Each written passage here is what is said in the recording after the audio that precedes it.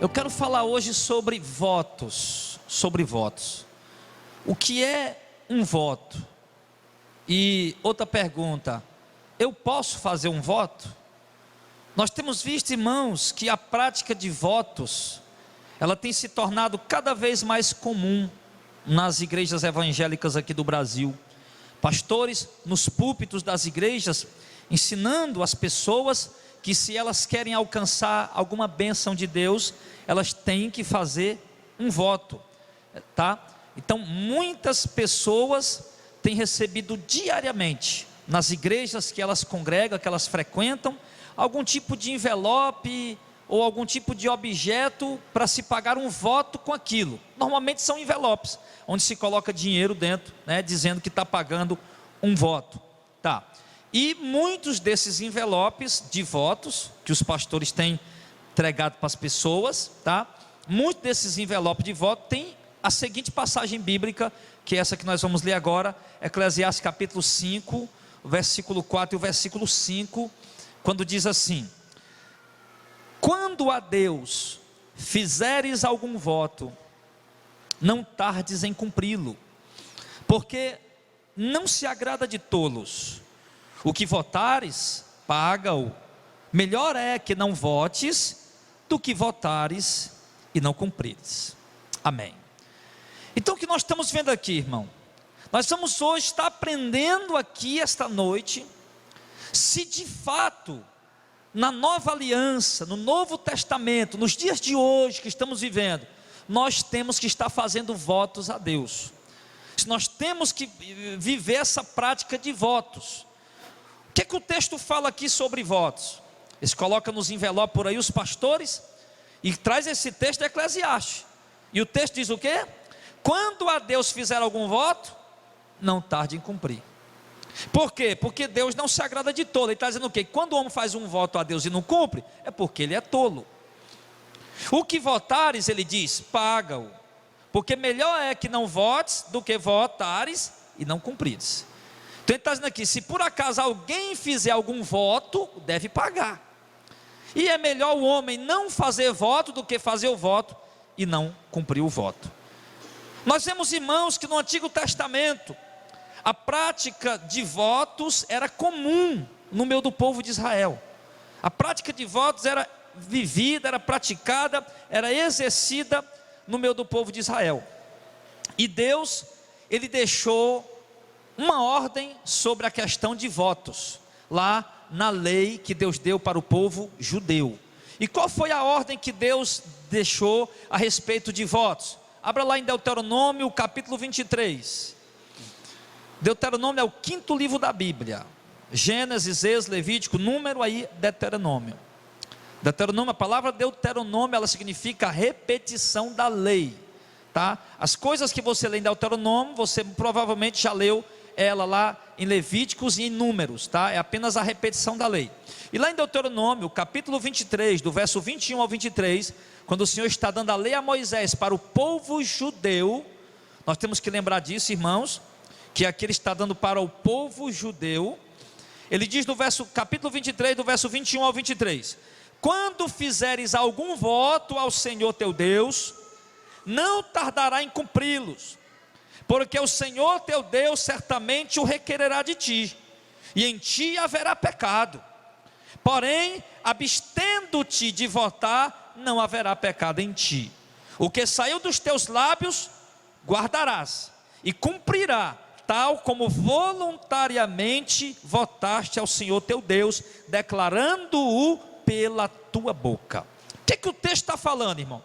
Por que lá em Eclesiastes o rei Salomão disse que era para o homem pagar o seu voto, porque Deus não se agrada de tolo, e quando o homem fizesse um voto ele tinha que pagar logo, e era melhor não fazer voto do que fazer voto e não pagar? Por quê?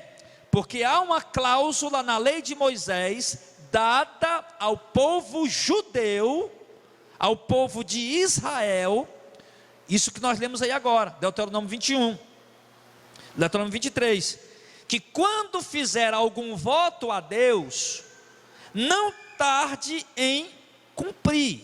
Era isso que a lei dizia para o judeu, tá? Porque o Senhor requererá de ti. O que é que o texto diz?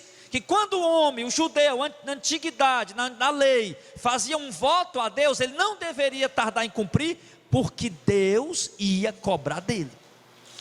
Deus ia cobrar do homem que fez o voto. Deus não ia esquecer do voto. Ele diz que Deus requererá o voto. E ele diz, e em ti haverá pecado. Por quê? Porque o homem que fazia voto e não cumpria, não pagava, ele estava em pecado. Deus ia cobrar dele e ele estava em pecado. Então mas no verso 22 ele diz, porém, abstendo-te de votar, ou seja, se tu não fizer voto, então tu não tem pecado. Mas no verso 23 ele diz, o que saiu dos teus lábios, guardará e cumprirá, tal como voluntariamente votaste ao Senhor teu Deus, declarando pela tua boca. O que ele está falando? Do jeito que você votou, você tem que pagar. É o que ele está falando. O que saiu dos teus lábios, o que saiu da tua boca no momento do voto que tu fez a Deus, tu tem que pagar. Pastor, e o que significa voto? Enfim, afinal de contas, o que significa voto? Voto, irmão, significa promessa solene feita à divindade. É quando você faz uma promessa para Deus, e você promete para Deus que vai fazer determinada coisa. Se Deus te der isso, Deus te der aquilo, se Deus fizer isso, se Deus fizer aquilo, aí você promete para Deus que vai fazer determinada coisa. Então, você está entendendo aí até aqui? Então isso é voto. Eu chego para Deus e aí prometo para Deus, Senhor, me dá isso, que eu te dou aquilo. Senhor, faz isso para mim, que eu faça isso aqui para o Senhor. Isso é um voto. A palavra voto significa isso. E isso era praticado lá em Israel. Agora, é importante lembrar uma coisa, o que está escrito na lei sobre o cumprimento dos votos. Isso aqui nós não vamos ler porque é muito comprido, você marca aí para ler em casa. Está em Números capítulo 30, do versículo 1 até o versículo 16. Por favor, os irmãos não leiam, tá? Porque senão eu vou estar pregando aqui, você vai estar lendo outra coisa aí não vai. Eu vou só explicar para você o que está escrito lá. Porque eu disse, nós vamos ler 16 versículos agora aqui, aí nós vamos virar meia-noite aqui pregando a palavra, tá? Aí a gente vai perder tempo em algo que não é necessário. Mas deixa eu dizer para você aqui uma coisa, preste bem atenção. O que é que lá em Números capítulo 30, do verso 1 ao 16, fala sobre a questão dos votos? É importante ressaltar isso. É o seguinte, quando um homem fizesse algum voto, ele tinha que pagar. Ele tinha que cumprir. Quando o homem fizesse algum voto, ele tinha que cumprir. Agora, se a mulher solteira fizesse um voto, e quando o pai dela ouvisse o voto que ela fez, Deus dava ao pai dela a autoridade e o direito de anular o voto dela. O pai dela, ao ouvir ela dizendo o voto ali, a primeira vez que o pai dela ouviu ela falando o voto, o pai dela podia, está anulado esse voto, pronto. Ela não ficava obrigada a cumprir aquele voto. O homem não. O homem fez um voto, tinha que pagar. A mulher já tinha essa opção, tá? Mas preste bem atenção, e a mulher casada do mesmo jeito. Se ela fizesse um voto, e o marido dela tomou conhecimento do voto, no primeiro momento que o marido dela ouviu um voto, faz de conta que a mulher fez um voto há um mês. Mas hoje foi o que o marido dela veio saber do voto. Quando o marido dela ouviu o voto, Deus deu a ele, como sendo o cabeça da mulher, a autoridade, tá? E o direito de anular aquele voto, e a mulher ficar livre para não pagar aquele voto. Mas preste bem atenção, no momento que ele ouvisse o voto, tá? Ela fez um voto há um mês atrás, mas ele só ouviu hoje. Então na hora que ele ouviu, ele tinha o direito de anular o voto dela. Mas se ele ouvisse o voto que a mulher fez, aí deixasse passar uma semana, ou 2 dias, ou 3 dias, ou uma semana, ou um mês, para depois ir anular, aí não, Deus não aceitava mais. Ele tinha, ou ele anulava na hora que ele ouvia, ou então não podia anular depois, mais na frente, certo? Então é importante também colocar isso aqui. E isso lá para a lei de Deus para o povo de Israel. Preste bem atenção no que eu estou falando. Isso era a lei de Deus para o povo de Israel. E então, irmãos, baseado nisso, baseado nessa visão de voto do Antigo Testamento, que o camarada que fizesse um voto tinha que pagar o voto exatamente como ele tinha feito, tá? e era obrigatório ele pagar. Agora vale ressaltar uma coisa: ninguém era obrigado a fazer voto. O voto era voluntário. A lei não diz aqui que o homem vai para a guerra, tem que fazer um voto. Não.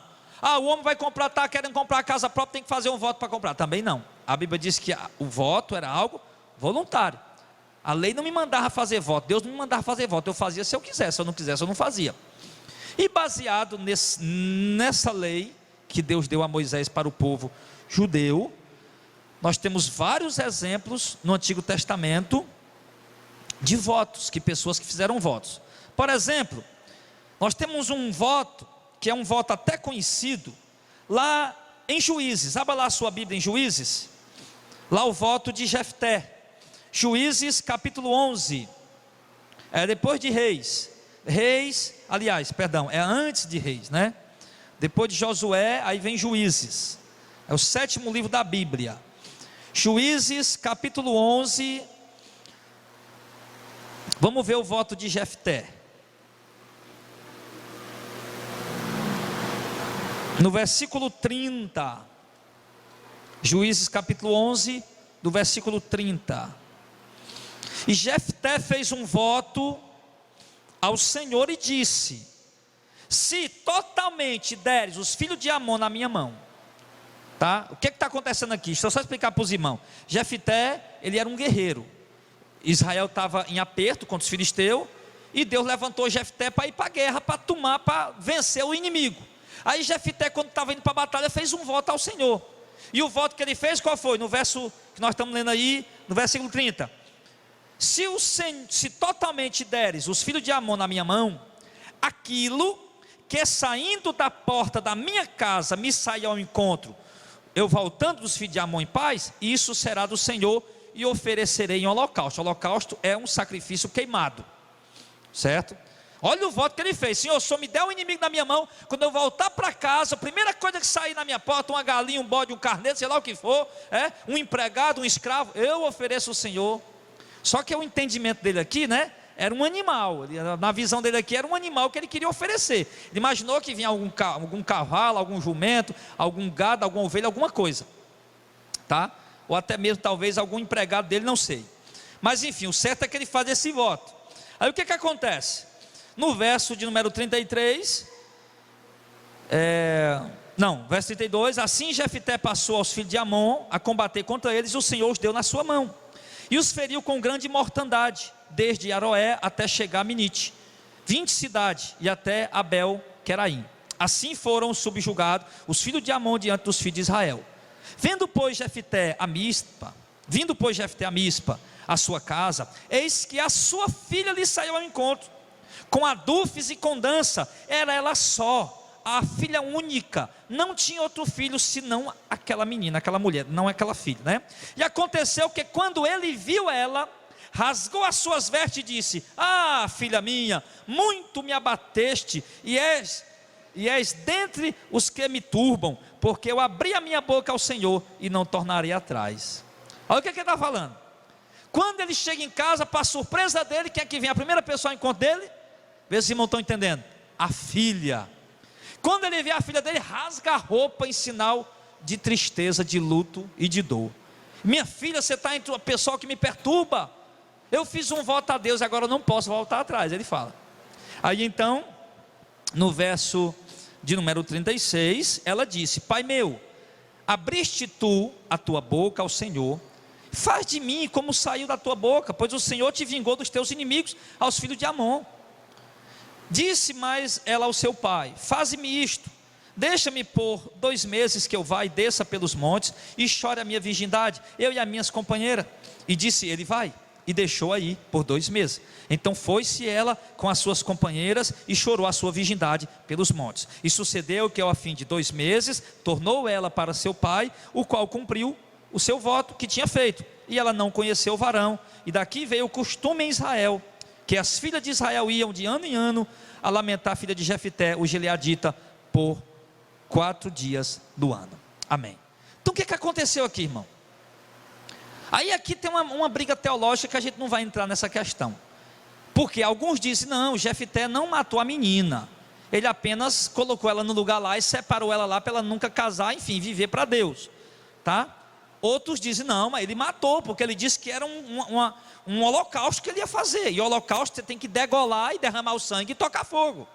Enfim, mas essa questão, esse mérito nós não vamos entrar, ou de um jeito ou de outro. O certo que é que Jefté não mudou o seu voto.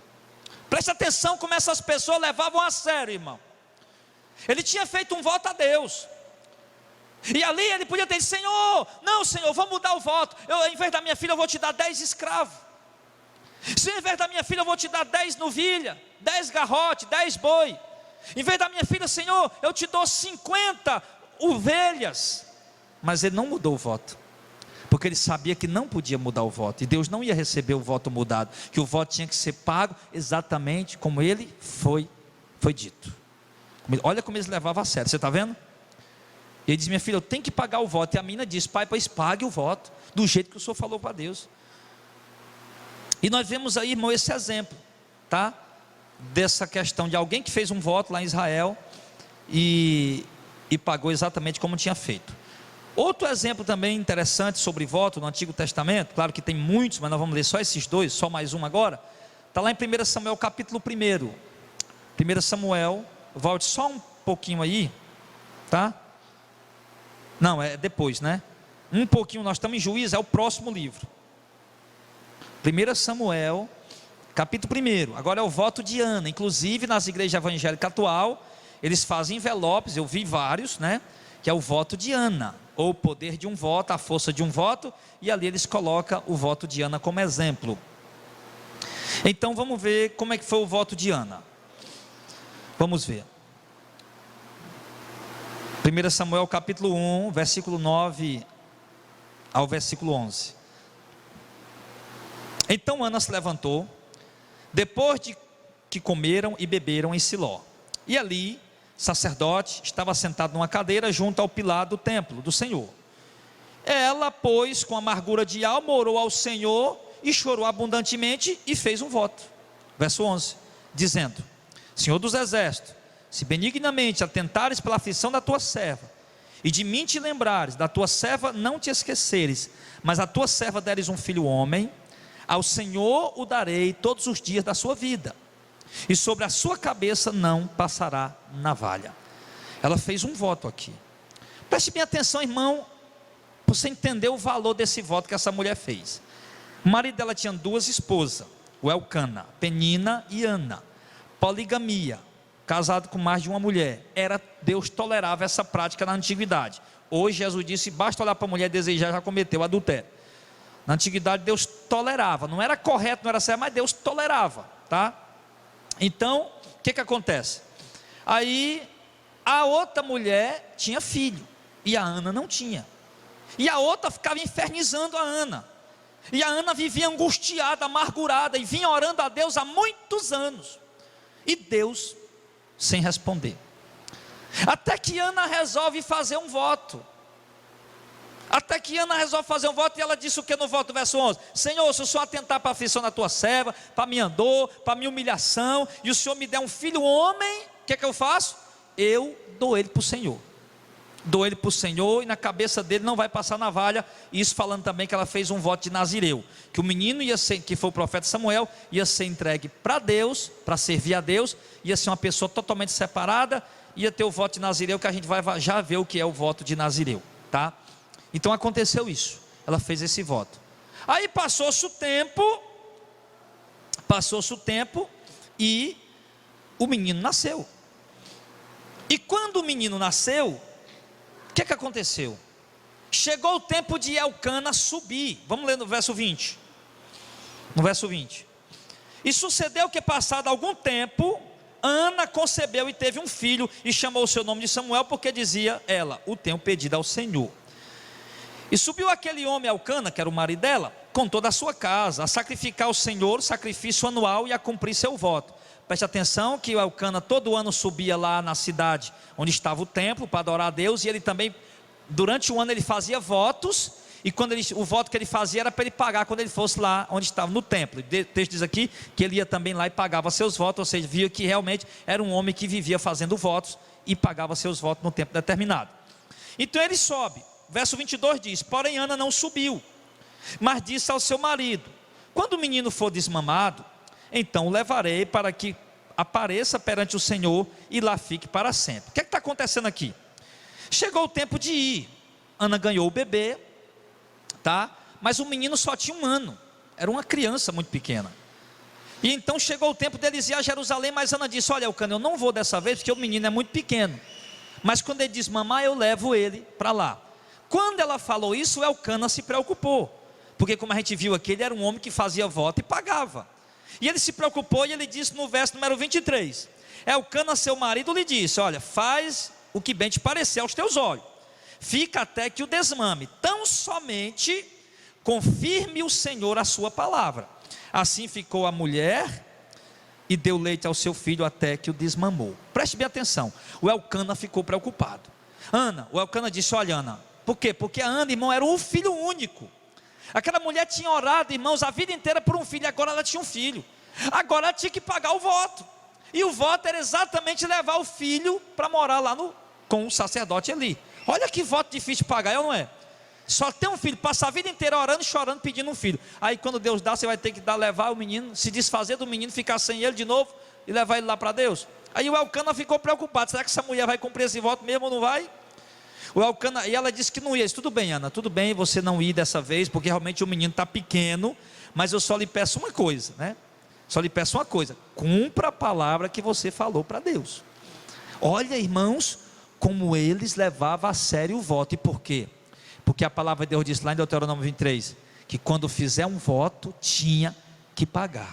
Se não pagasse, Deus ia cobrar, sabe lá como, e ia estar em pecado diante de Deus. Era coisa muito séria.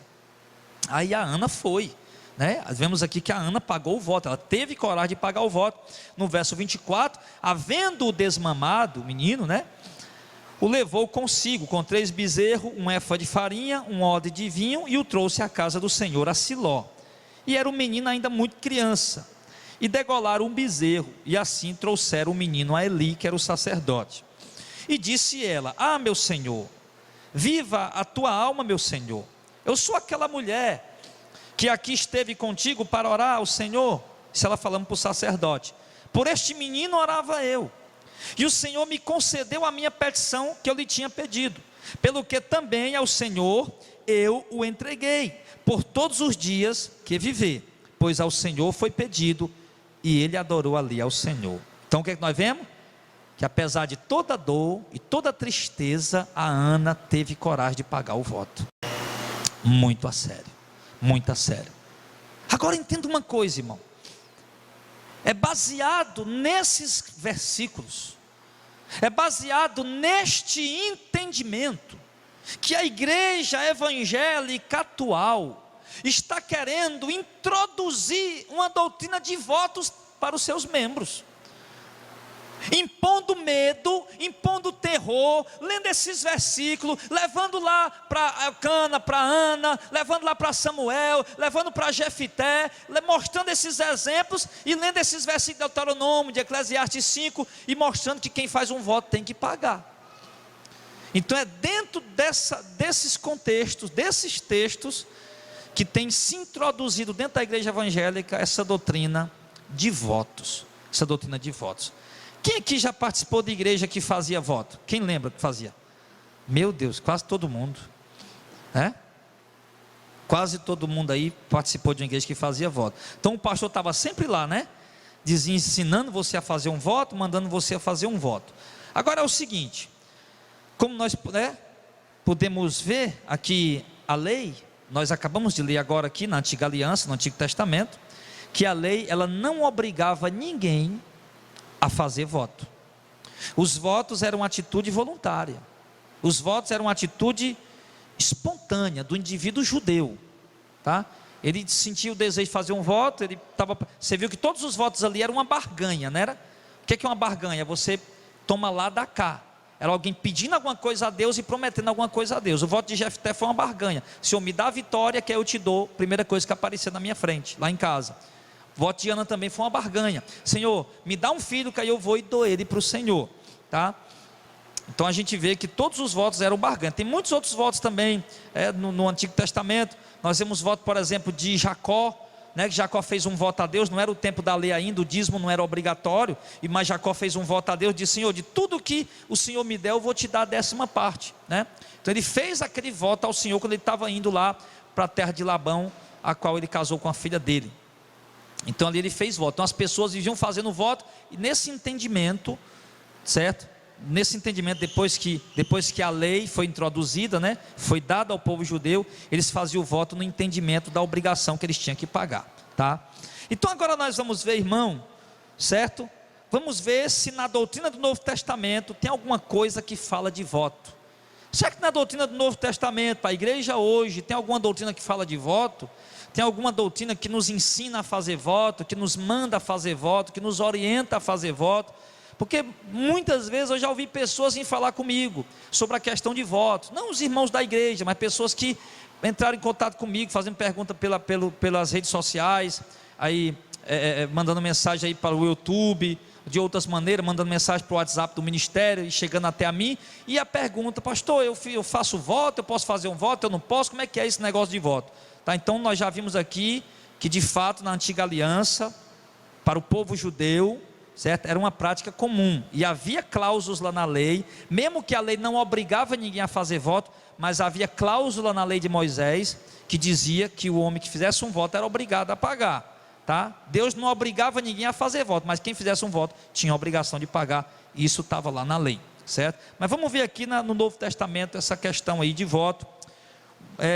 São muitas poucas passagens que falam de voto, tá? E dessas pouquíssimas passagens que falam de voto, certo? Talvez umas 2 ou 3 passagens do Novo Testamento que falam de voto.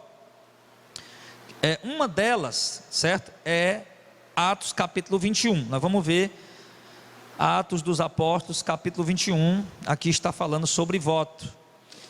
Vamos ver.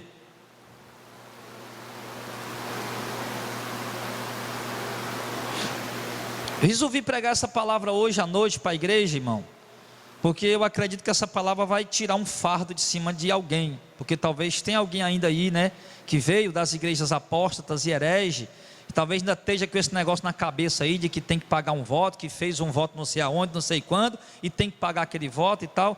Então a gente vai ver realmente aqui, se realmente a gente tem que fazer voto, se a gente tem que pagar voto. Você que foi em alguma igreja aí e alguém mandou você fazer um voto e você assumiu aquele voto, e agora você está meio encurralado, meio com dúvida, se paga ou não paga, se faz ou não faz, como é que é? Então a gente vai ver na doutrina do Novo Testamento essa questão, para tirar esse fardo de cima de você, tá? Então vamos ver aí Atos 21, os irmãos encontraram, amém? Versículo 21.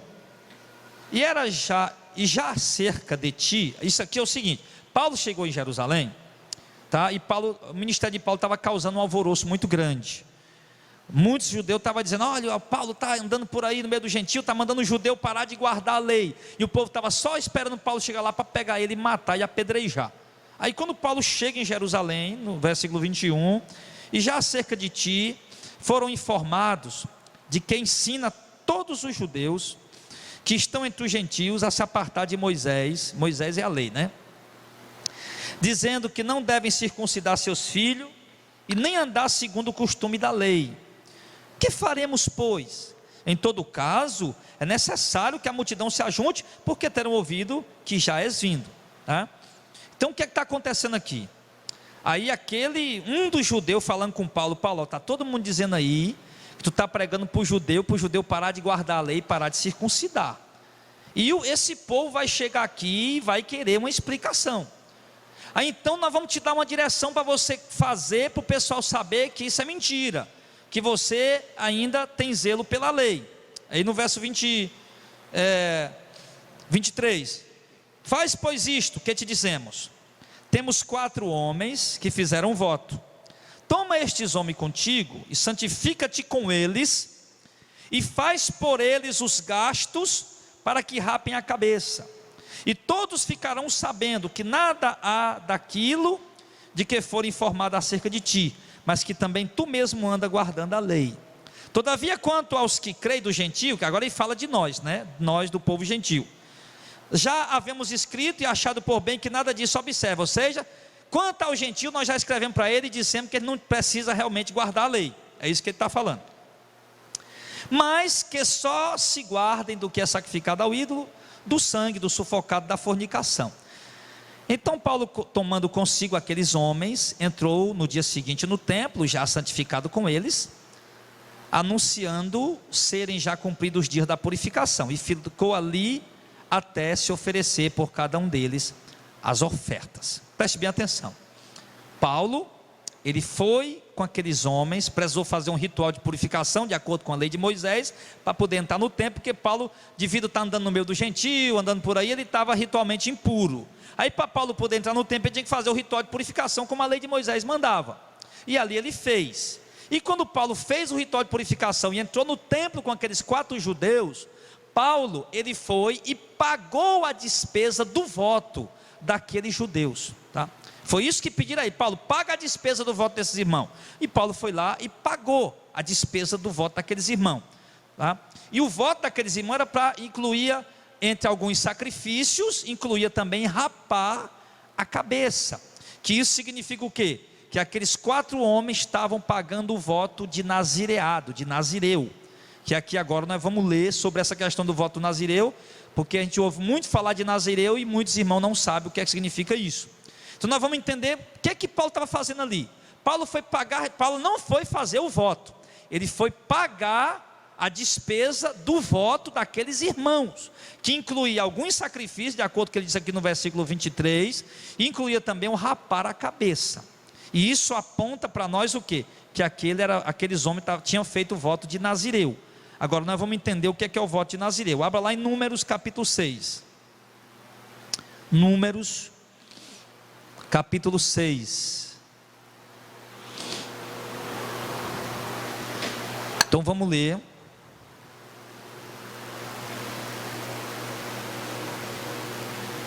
Vamos ver o que era o voto de nazireu que Paulo estava lá dentro do tempo, porque é bom explicar isso aqui bem direitinho, porque vai ter alguns pastores aí que vão ouvir essa pregação, aí vão dizer: tem que fazer voto sim, tá aí, Paulo fez voto, né?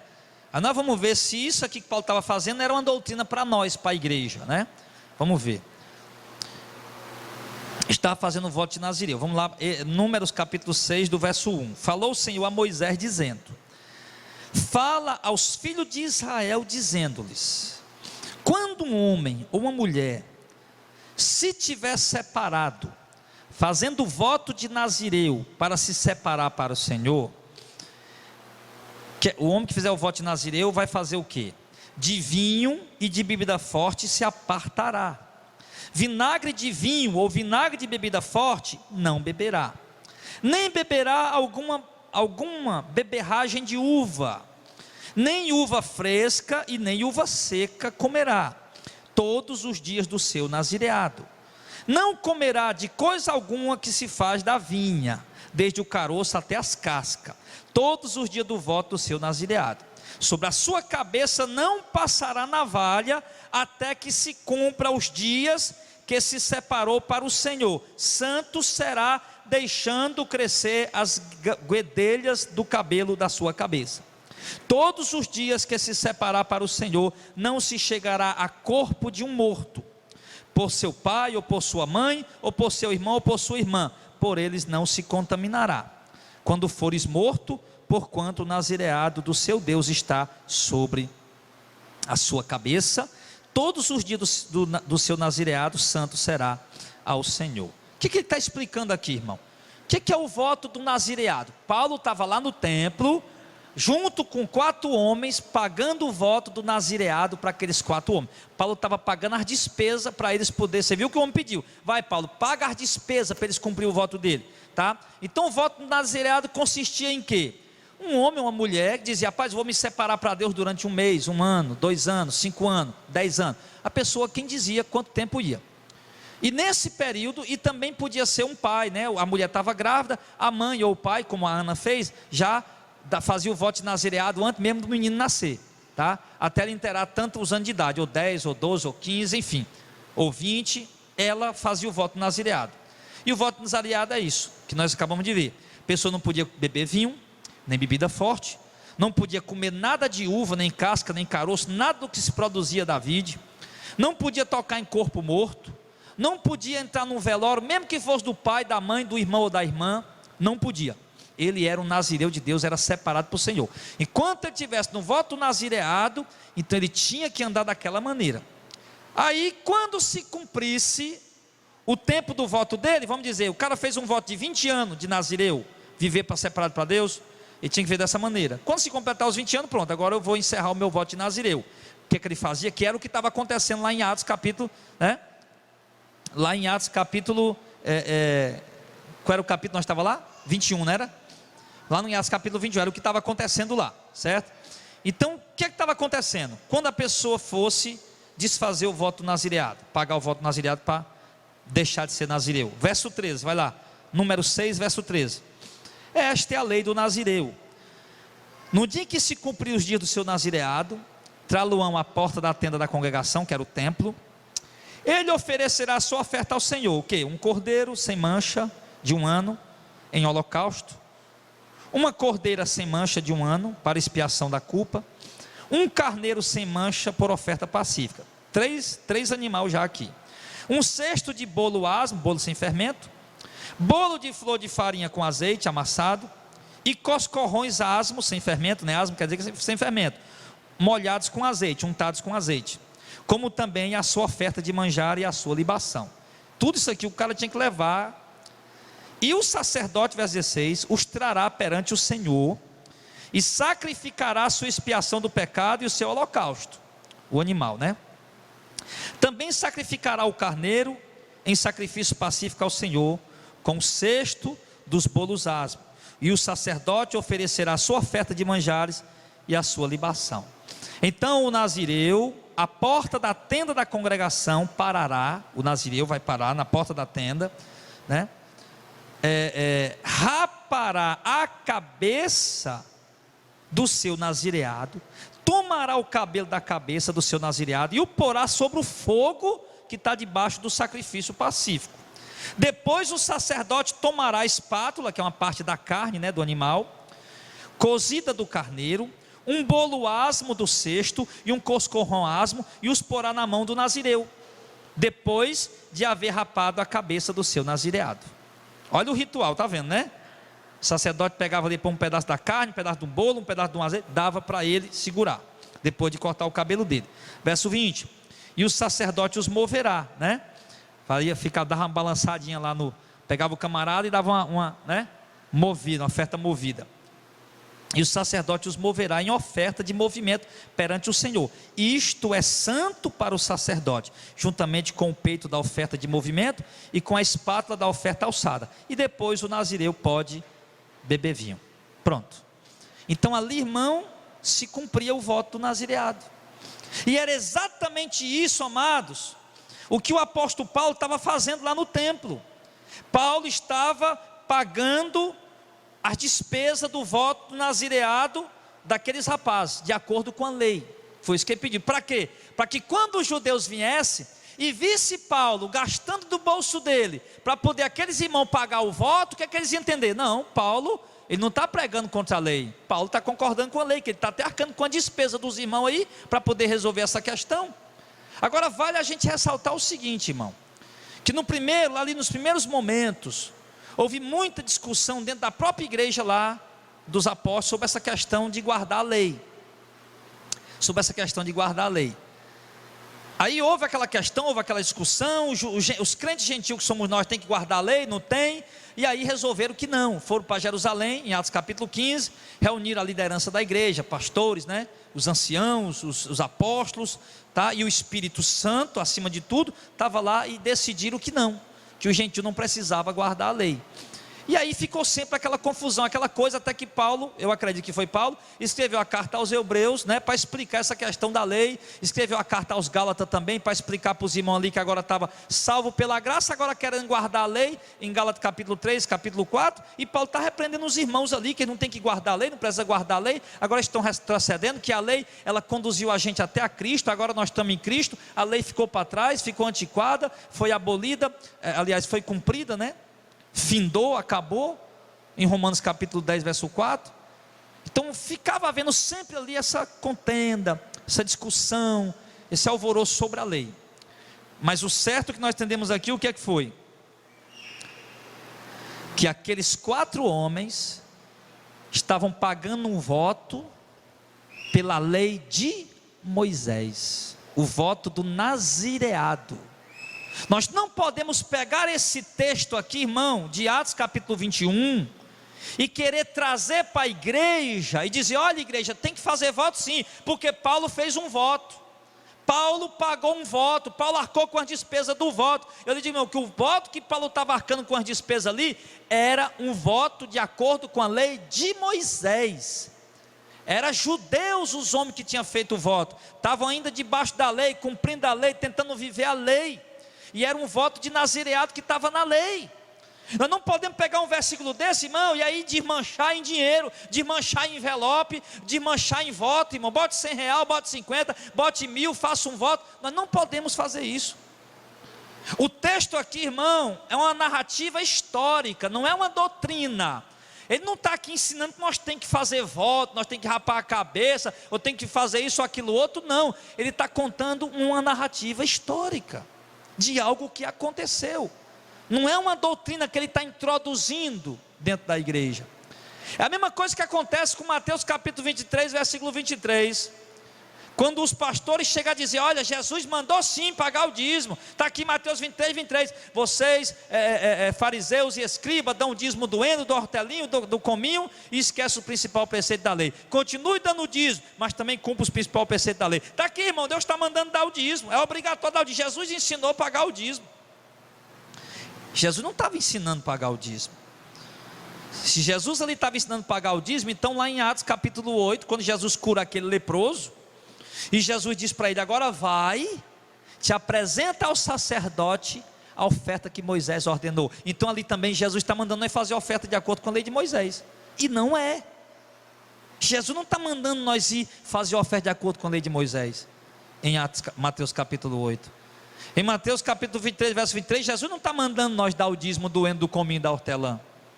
Do mesmo jeito aqui em Atos capítulo 21, Paulo não está mandando ninguém fazer voto. Ele está contando uma narrativa histórica de algo que estava acontecendo. O Lucas que escreveu, o médico Lucas que escreveu o livro de Atos, estava narrando os acontecimentos, estava contando o que aconteceu. Ele não está introduzindo uma doutrina. Você está entendendo, irmão? Amém? Porque tem gente que vai pegar isso aqui e vai querer criar uma doutrina em cima. Do mesmo jeito que estão querendo criar a doutrina do dízimo para a igreja de hoje, em Mateus 23, 23. E isso é um equívoco. Então, meus irmãos, nós precisamos compreender isso, certo? Era isso que eles estavam fazendo. Na Bíblia não existe doutrina que obrigue a fazer votos, nem na antiga aliança e muito menos na nova. Nós vimos na antiga aliança o quê? Que o povo fazia voto, mas é porque queria fazer. Deus não obrigava ninguém a fazer voto, ele apenas botou uma lei dizendo: se alguém fizer um voto tem que pagar, né? Mas ele não ensina, não obriga ninguém a fazer voto na antiga aliança, e muito menos na nova, muito menos na nova aliança. Então preste bem atenção no que eu vou lhe dizer agora. Se você fez voto com hereges, você não tem que se preocupar em cumprir. Pastor, quando eu estava na igreja tal, há 10 anos atrás, eu fiz um voto. Eu fiz um voto, sei lá, minha família, meu esposo, meu marido, meus filhos, não sei, eu fiz um voto, algum voto.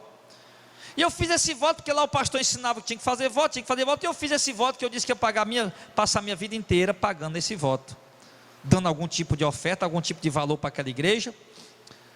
E aí, pastor, tenho que pagar o voto ou não? É claro que não, meu irmão. É óbvio que não. Essa doutrina que lhe ensinaram que você tinha que fazer um voto é uma doutrina errada. É mais uma falsa doutrina desses lobos mercenários que inventa de tudo para poder tomar o dia do povo. Uma certa vez chegou uma mulher, olha como é que eles fazem, irmão. Uma certa vez chegou uma senhora aqui e falou comigo: pastor, eu não aguento mais lá na minha igreja. O que está acontecendo, irmã? Pastor, olha, eu estou cheio de envelope lá em casa. A gente chega na igreja, ela contando para mim, que na porta já tinha um obreiro com envelope, e todo mundo que entrava, ele entregava um envelope. A outros que não entregavam, tinha um envelope lá na cadeira onde o cara ia sentar. Aí o cara já ia sentar, já tinha um envelope. No final do culto, o pastor mandava pegar um envelope. Não, quem pegou o envelope? Todo mundo levantava: peguei. Aí o que é que ele dizia? Pois, irmão, você fez um voto e você tem que pagar. Malícia, malicioso, astucioso, sagaz. É o demônio puro. É o demônio puro. E ali começava a usar esses versículos da Bíblia, impondo aquela coisa na mente dos irmãos. Aí o irmão saía de lá assustado, saía de lá com medo. Não, tem que pagar o voto, o pastor disse que eu fiz um voto, eu tenho que pagar o voto. Outros têm apresentado aos irmãos carnês de 12 parcelas. O irmão pega um carnê ali, e aquele carnê tem 12 parcelas, ele pega aquilo como um voto. E aí, não, eu tenho que pagar 12 parcelas. Meu Deus do céu, eu tenho que pagar 12, dê no que dê, eu tenho que pagar 12 parcelas. Corta a luz lá de casa, corta a água, fica sem o leite do menino, eu faço, não, tenho que pagar aquele carnê. É um voto. E por que as pessoas vivem assim? Por causa dessa doutrina mentirosa, doutrina do medo, que eles impõem, irmão, nas pessoas, tá? Então, os falsos pastores, na verdade, eles coagem as pessoas a fazer votos, sem que as pessoas queiram. Eles praticamente, irmãos, obrigam, tá? Então deixa eu dizer uma coisa para você, irmão. Nós não devemos fazer votos. Nós não somos obrigados a pagar votos que nos foi ensinado, irmão, hereticamente. Não tem obrigação de pagar voto que foi ensinado por heresia. Há 11 anos atrás, eu tive numa situação e eu fiz um voto para uma igreja herege. Para mim ela não era herege, né? Para mim aquele homem era um homem de Deus, um profeta e sei lá o que mais. E ali eu fiz um voto, que eu ia passar minha vida inteira dando dinheiro para aquela igreja, um determinado valor de uma coisa lá. Aí quando Deus abriu meus olhos sobre essa questão, irmão, eu nem pensei duas vezes. Eu nem questionei, não era conveniente, não era coerente. Por quê? Porque voto é barganha, e barganha não se alinha com a doutrina do Novo Testamento. Com o Antigo Testamento combina. Você vê Deus dizendo o quê? Deus prometendo: traga o dízimo a cada tesouro, que aí eu abençoo a tua casa. E se você não trouxer o dízimo, aí eu mandei o devorador para você. Então Deus, ele propõe ali uma barganha, tá? Mas no Novo Testamento esse tipo de doutrina não funciona, não se alinha, não concorda. Deus, irmão, não nos quer pedindo algo a Ele, tá? Para oferecer a Ele alguma coisa em troca. O que é que você tem que Deus pode querer de você? Você não tem nada que Deus precise. Nós não temos nada que Deus possa querer de nós. Nós não temos nada, irmãos. Tudo que temos já é dele. Se Deus quiser estalar o dedo, meu irmão, cai aqui agora duro, sem fôlego, parado, com parada cardíaca. Se Deus quiser tirar o oxigênio, morre todo mundo aqui dentro essa noite. Deus não tem nada, irmão, que a gente possa fazer para Ele, que nós possa dar para Ele, irmão. Antes desse negócio chegou: Senhor, me dá a saúde da minha mãe, Senhor, que aí eu vou fazer isso para o Senhor. Senhor, liberta o meu filho das drogas, Senhor, que aí eu vou te dar isso aqui para o Senhor. Irmão, não faça isso. Deus não se agrada desse tipo de prática. E isso foi praticado na antiga aliança, mas não é mais praticado na nova aliança. Você não vai ver em momento algum no Novo Testamento, na nova aliança, doutrina sobre voto. Você não vai ver em momento algum na nova aliança ensinamento sobre voto, que tem que fazer voto, que tem que pagar voto, como é que faz o voto, quanto é que paga o voto. Você não vai ver isso. Então não faça voto. Pastor, mas eu fiz um voto. Pastor, não foi nem na igreja um dia. Foi lá em casa, escondido, lá sozinho, orando a Deus, eu fiz um voto. Mas fez um voto coagido pela doutrina que você aprendeu, herege, na igreja. Está entendendo aí, amém? Pastor, fiz um voto escondido lá em casa, só eu e Deus lá, pastor. O pastor não estava falando nada na hora, mas fez porque aprendeu com a doutrina que ele ensinou. Doutrina herege. E você não tem obrigação de pagar esse voto. Não tem obrigação de pagar esse voto. Tá? Agora, quero dizer outra coisa para os irmãos. Nós não devemos brincar com isso, tá? Hoje nós estamos conhecendo essa doutrina, conhecendo esse assunto, amém? Conhecendo essa doutrina sobre essa questão de voto. Agora, nós não podemos brincar com isso. O quê? Eu não vou poder agora ficar brincando. Então agora eu já sei realmente, os votos que eu fiz no passado, não, está anulado, está apagado, não vale, porque foi ensinamento herege, ensinamento apóstolo, não tem obrigação de pagar esses votos, não, acabou-se. Aí de repente vai chegar algum momento aí, daqui a algum mês, semana, mês ou ano, você vai estar passando uma dificuldade, uma luta, uma adversidade, e de repente você vai chegar para fazer um voto para Deus. Não faça. Não precisa fazer voto. Aprenda isso, irmão. Repito, Deus não é Deus de barganha. Se Deus quer te dar alguma coisa, basta você ter fé, não precisa você oferecer nada para Ele. Senhor, me der essa bênção aqui, eu passo 40 dias jejuando. Em que é que Deus vai ganhar tu passar 40 dias jejuando? O que Deus vai ganhar com isso? Nada. Então, quer receber alguma coisa de Deus, alguma bênção, alguma provisão? Apenas creia e peça em oração. Você tem que, Senhor, me dê porque eu te dou isso. Não faça isso, irmão. Não há necessidade disso. Não há necessidade de fazermos isso, tá? Não há necessidade. Então não vamos estar brincando com isso. Isso é coisa séria, viu, pessoal? Isso é coisa séria. Se por acaso você está conhecendo essa doutrina, sabendo que não precisa fazer voto, que não tem que fazer voto, tá? Mas por acaso ainda assim você for pela teimosia para dizer para Deus alguma coisa, Senhor, se o Senhor me der isso aqui, fizer isso aqui, eu faço aquilo ali, certo? Mesmo nós, como eu estou dizendo aqui, o voto não é obrigatório, não é doutrina do Novo Testamento. Mas se você está falando uma coisa para Deus, você vai ter que cumprir. Se você está falando alguma coisa para Deus, você vai ter que fazer. Vai ter que fazer.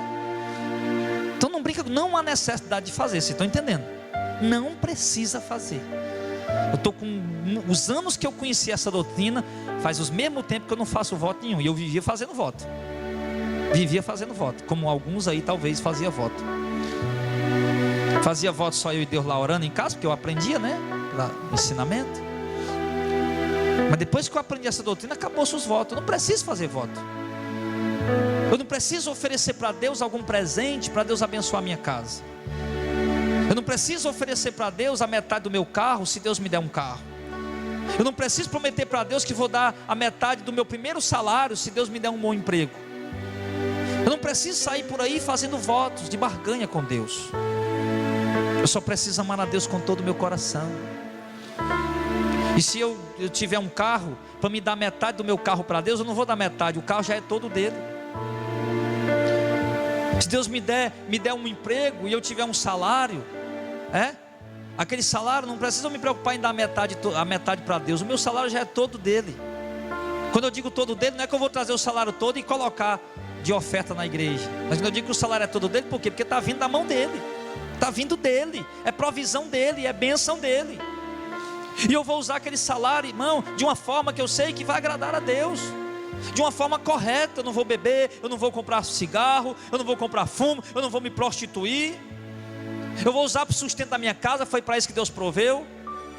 Posso tirar alguma parte para ajudar a igreja, posso fazer alguma coisa por algum irmão, mas eu não preciso fazer voto para fazer essas coisas. Porque quando nós fazemos o voto, irmão, mostra para nós que são pessoas que não têm compromisso com Deus, que só tem aquele compromisso no período do voto, e só tem compromisso com Deus baseado em votos e não com temor à palavra dele. Quer dizer que eu só vou ser crente, só vou servir a Deus se Deus resgatar meu pai que está doente. Como um dia uma mulher falou para mim isso: pastor, olha, ore pelo meu pai, porque se meu pai ficar bom eu vou ser crente. Eu digo: minha irmã, você não precisa ser crente não, porque Deus não precisa da senhora não, eu vou orar pelo seu pai do mesmo jeito. Falei para ela. Não precisava. Então, irmãos, os votos, eles não concordam com a doutrina da nova aliança. Na antiga aliança haviam promessas de abastança para os dizimistas e praga para os não dizimistas, mas na nova aliança não existe nada disso. Eu quero que fique bem claro isso, o entendimento dos irmãos, porque nós vamos conhecer muitos irmãos assembleianos que vivem fazendo voto, ou que crê na doutrina de voto. Nós vamos ver muitos irmãos pentecostais e neopentecostais que creem em doutrina de voto, que os pastores lá pegam os versículos e fazem aquele marabalismo e colocam isso na mente, no coração do povo. E o intuito qual é? Do povo trazer uma coisa para a igreja. Você nunca vai ver um pastor desses aí ensinando o cara a fazer um voto do tipo seguinte, irmão Roberto. Você nunca vai ver os pastores ensinando esse tipo de voto que eu vou dizer para vocês. Irmão, você está com a casa na justiça? Tô. Quanto é? 100 mil reais. Faça um voto para Deus. Se Deus te der 100 mil reais, tu tira 30 mil e dá para aquele pobre vizinho teu na tua casa. Nunca vai ver um pastor ensinar um voto desse tipo. Nunca, você nunca vai ver. Irmão, enfim, eles sempre vão ensinar a fazer votos que venha convergir benefício para eles. E isso mostra o quê? Que esse negócio de voto não passa, dessa doutrina de voto, que introduziram mentirosamente, sorrateiramente, dentro da igreja atual, não passa de mais uma heresia para tirar dinheiro e explorar as pessoas. Quantas pessoas estão fazendo voto aí para dar terreno, fazendo voto, para dar casa, para dar carro, para dar imóvel, para dar bem. Quer dizer que para me dar alguma coisa para a igreja eu tenho que fazer um voto? O meu amor para dar alguma coisa não é o suficiente? Irmão, se eu tivesse um terreno para dar para a igreja, eu não ia precisar fazer um voto para Deus para dar, não. O amor pela obra é o suficiente para me dar. Amém, pessoal? Eu fosse doar alguma coisa para a igreja, uma coisa maior, de valor maior, mais importante, eu não precisaria fazer um voto para Deus. Eu ia lá com amor, meu irmão. Mesmo que Deus não me desse, Deus não me deu nada, não resolveu nada, mas está aqui, Senhor, eu quero dar isso aqui para a obra. E Deus ia receber, meu irmão, com muita alegria, com muito amor. E pode ter certeza que Deus podia até te recompensar muito mais do que se fosse através de um voto. É um negócio. Fez um negócio com Deus. Senhor, eu te dou a minha casa de 100 mil se o Senhor curar meu pai. Pronto, o pai está curado, está aqui a casa. Pronto. Mas se ele tivesse dado a casa por amor, Deus podia ter curado o pai dele, ainda ter salvado o pai dele, e ainda ter feito muitas outras coisas na vida dele. Mas não, ele quis se limitar a um voto de barganha, e Deus não se agrada disso. Então, irmão, mais uma vez para concluir, qualquer voto que você tem feito, tire esse fardo de cima de você. Você fez por ignorância, baseado em falsa doutrina, em falso ensinamento. Agora você está conhecendo a verdade. Você sabe que não precisa fazer voto, que Deus não é Deus de barganha. Sirva a Deus com seu coração, e Deus cuidará da tua casa, da tua vida. Amém?